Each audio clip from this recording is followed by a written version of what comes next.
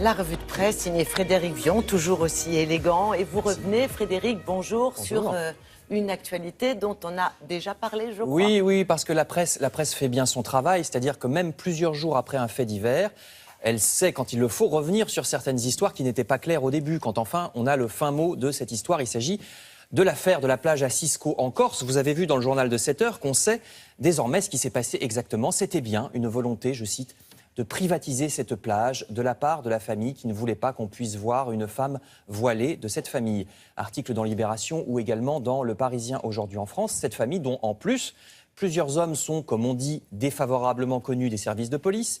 Ils avaient même installé un panneau d'interdiction de circuler pour ne pas qu'on s'approche d'eux et menaçaient ceux qui s'approchaient quand même. Article à lire donc dans Libération ou dans Le Parisien pour savoir le fin mot de cette histoire. Et puis, dans Le Figaro, vous trouverez un article qui parle lui aussi de violence dans un contexte communautaire, mais cette fois l'article parle des victimes de violence. Il s'agit des Asiatiques. Les Chinois de France en ont assez d'être pris pour cible, notamment en région parisienne. Les commerçants asiatiques semblent être particulièrement ciblés par les petits voyous qui les tabassent, qui leur arrachent les sacs à main, etc. Le Parisien publie, vous le voyez, des photos de personnes agressées, souvent blessées.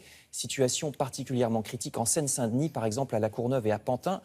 Une réalité qui était souvent cachée parce que les Asiatiques auparavant n'osaient pas porter plainte, mais c'est en train de changer. C'est une communauté dont on n'entend pas beaucoup parler, ils sont extrêmement discrets. Ils n'osaient pas forcément aller à la police pour porter plainte. Alors c'est en train de changer parce que la préfecture de Seine-Saint-Denis commence à s'emparer du problème et la communauté elle-même dit si, il faut porter plainte, vous lirez ça dans Le Figaro. D'accord.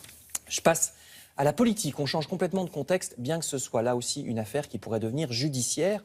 Regardez le site internet du Point qui publie un article étonnant intitulé « Les sénateurs vivent sur une autre planète ». D'après cet article, le Sénat français voudrait porter plainte en diffamation contre un journaliste, ce qui est très rare. Et ce journaliste, interviewé ici par le Point, estime que c'est parce que les sénateurs voudraient cacher la réalité qu'ils dénoncent dans un livre. Ce journaliste, qui s'appelle Ivan Stefanovic, critique dans son livre les salaires élevés des sénateurs pour ce qu'il estime être en plus un travail insuffisant de leur part.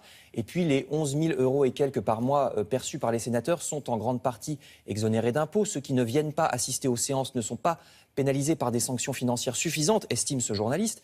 Alors le Sénat a parfaitement le droit de déposer une plainte en diffamation contre ce journaliste, donc ça finira de manière judiciaire, mais, souligne le Point, ça ressemble aussi un peu à une espèce de loi du silence d'omerta, je cite le mot omerta utilisé par le Point, article que vous trouverez donc sur le site internet de l'hebdomadaire. Enfin, je termine par un autre système politique, je ne sais pas si ça doit nous consoler, mais la situation du pays que décrivent plusieurs journaux ce matin est largement pire que nos problèmes en Europe, à nous autres Européens. Il s'agit de la Turquie. La Turquie en proie actuellement à une sorte de discret coup d'État, l'autre coup d'État écrit l'humanité, parce qu'après le coup d'État militaire manqué le mois dernier, le 15 juillet, c'est finalement une espèce d'autre putsch que le président Erdogan est en train de réaliser sans faire de bruit. Toutes les oppositions au pouvoir sont désormais muselées en Turquie. Le président turc envoie actuellement tellement de gens, tellement d'opposants en prison, qu'il est obligé de libérer les prisonniers de droit commun, les délinquants, pour faire de la place, tellement les prisons sont surpeuplées, étant donné le nombre d'opposants qu'il envoie en prison. Alors la Turquie, c'est un peu loin.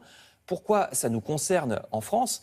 Parce que ce qui se passe en ce moment là-bas, écrit Le Figaro, c'est une islamisation de la Turquie. Le président Erdogan est un islamiste qu'on a présenté pendant des années comme islamiste modéré, entre guillemets.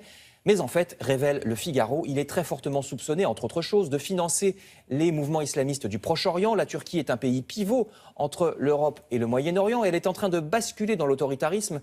Et ça, hélas, ça nous concerne déjà beaucoup plus. À suivre donc.